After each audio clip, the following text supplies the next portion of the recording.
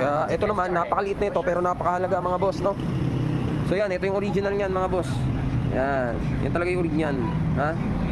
So napakaliit na bagay pero napakalaking halaga sa mga motor natin, lalo na sa mga beat carb at saka sa mga Honda Scoopy, no?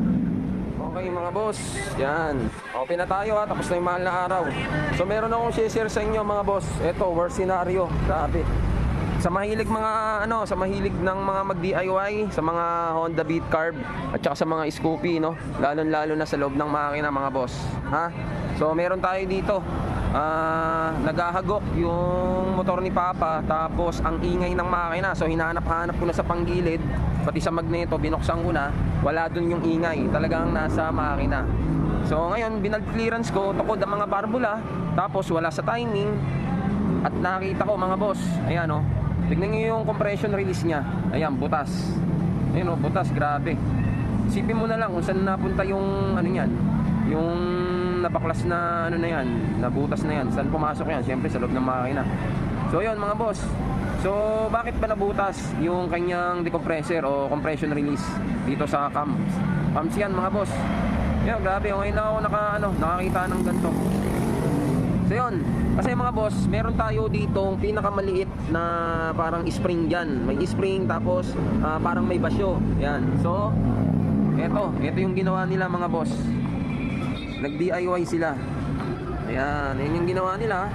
Tapos naglagay sila ng spring. Siguro nawala nila yung ginawa nila yung scoop yan. Ginanyan lang nila. So maling-mali mga boss, no? Wala na sa standard yan at wala na sa tamang friction, no? O kung ano man version tawag doon, wala na. So spring na to, wala, DIY lang to. Tapos napakatigas na ito.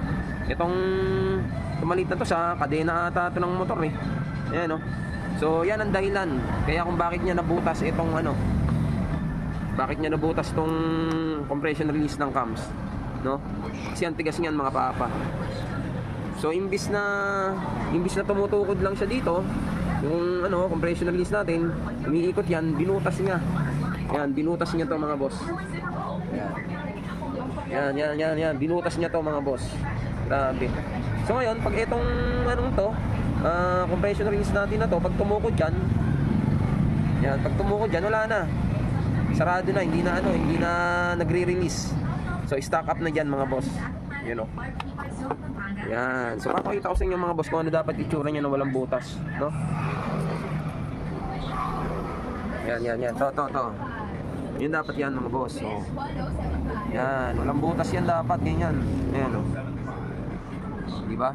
Dati kaya pala maingay. Tapos papakita ko sa inyo kung ano yung talagang original na nakakabit sa makina natin mga boss. Buti na lang may mga tinatabi ako na ganito. Kasi sa mga kinakargahan ko, tinatanggal ko na talaga yung ganito. Kaya ito naman, napakaliit na ito pero napakahalaga mga boss, no? So yan, ito yung original niyan mga boss. Yan, yan talaga yung original, ha? So napakaliit na bagay pero napakalaking halaga sa mga motor natin, lalo na sa mga beat carb at saka sa mga Honda Scoopy, no? So yan ang talagang spring niya. Tapos nakasuksok siya dito sa loob. Yan, nakasuksok sa loob yan mga boss. Yan. Hindi yung ginawa nila na DIY na yan, no? Grabe, sa may spring. Wala na yung spring. So ngayon, yan ang ipapasok natin dito ngayon mga boss. Yan ang saktong-sakto, tamang-tama yan.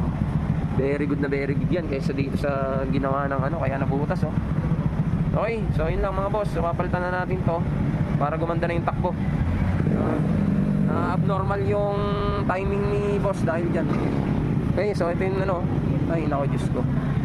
So yun, sa mga lalo sa loob ng makina ng mga Honda Beat Carb at saka Honda Scoopy. So dapat yung mga piyesa sa loob ng makina is tama at talagang sigurado. Okay, so yun mga boss, share ko lang sa inyo.